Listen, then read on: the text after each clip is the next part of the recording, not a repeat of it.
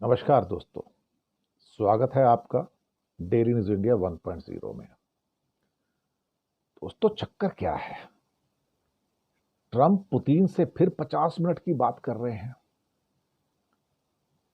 दोनों दुश्मन एक दूसरे के, जंग चल रही है, सैंक्शंस लगाई हुई हैं, भरपूर सैंक्शंस कि रूस अपना तेल नहीं बेच सकता, रूस अपना सामान नहीं बेच सकता, स्विफ्ट से डॉलर नहीं भेज सकता। लेकिन भाई, बातचीत क्यों हो रही है? क्या कोई अनहोनी होने जा रही है जिसका बहुत डर है? लगता है साहब, लगता है शायद अंदर पर्दे के पीछे कोई नई स्टोरी जन्म ले रही है साहब। कोई बड़ा खौफ जन्म ले रहा है। बड़ा खौफ क्या है? क्या यह सही है कि ईरान के पास कुछ एटम बम मौजूद हैं? क्या यह सही है कि अगर उसके पास एटम बम मौजूद हैं तो चीन की वजह से और रशिया की वजह से? क्या यह सही है कि ईरान को थोड़ा सा और पुश किया तो ईरान उस अल्टीमेट एटम बम का यूज कर लेगा इजराइल के खिलाफ?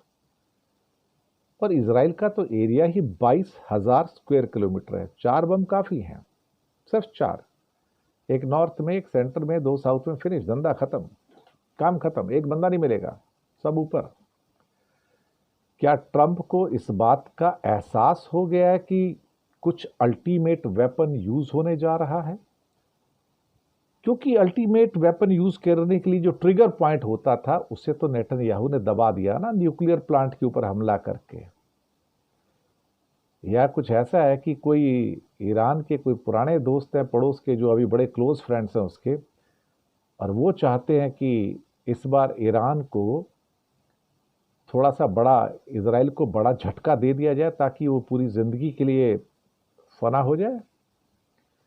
मुझे लगता है कि पुतिन और ट्रंप की बातचीत इसलिए कि उस अल्टीमेट इफेक्ट को कैसे रोका जाए जो हो सकता है।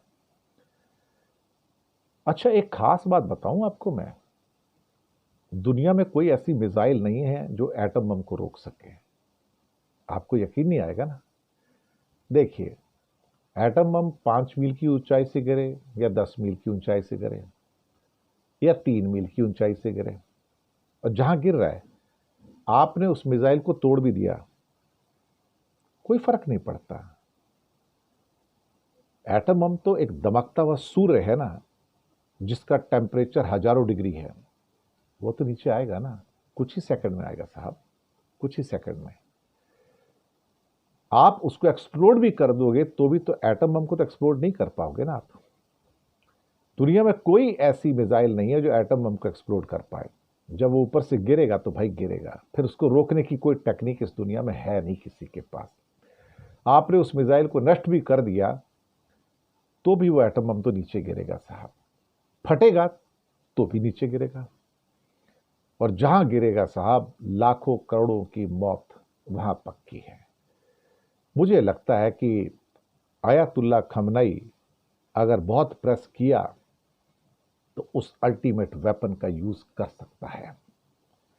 इस बात का आभास इस समय देखा जाए तो पुतिन को भी हो गया है और ट्रंप को भी हो गया है।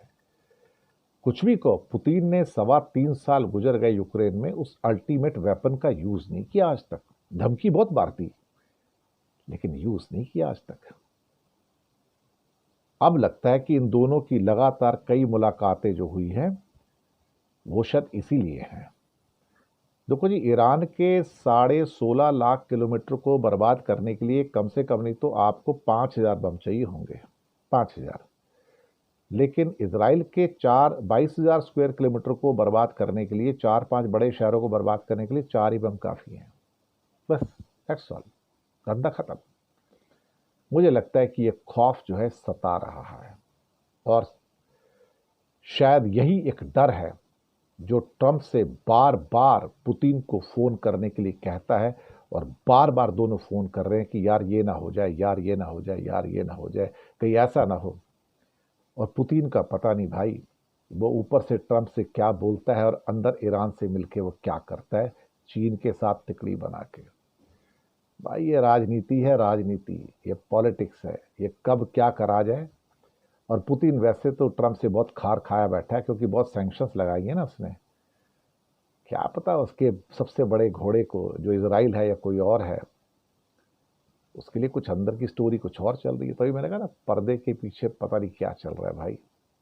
शायद ये कहानी है कि भाई कहीं ईरान एटम बम का यूज ना कर ले। और कोई जरूरी नहीं कि एटम बम इजराइल के खिलाफ सिर्फ ईरान का ही हो, ये चीन का भी हो सकता है एटम बम, और रूस का भी हो सकता है। पॉलिटिक्स में भाई साहब और डिप्लोमेसी में कुछ भी हो सकता है, कुछ भी। नजर बनाए रखिएगा। शुक्रिया।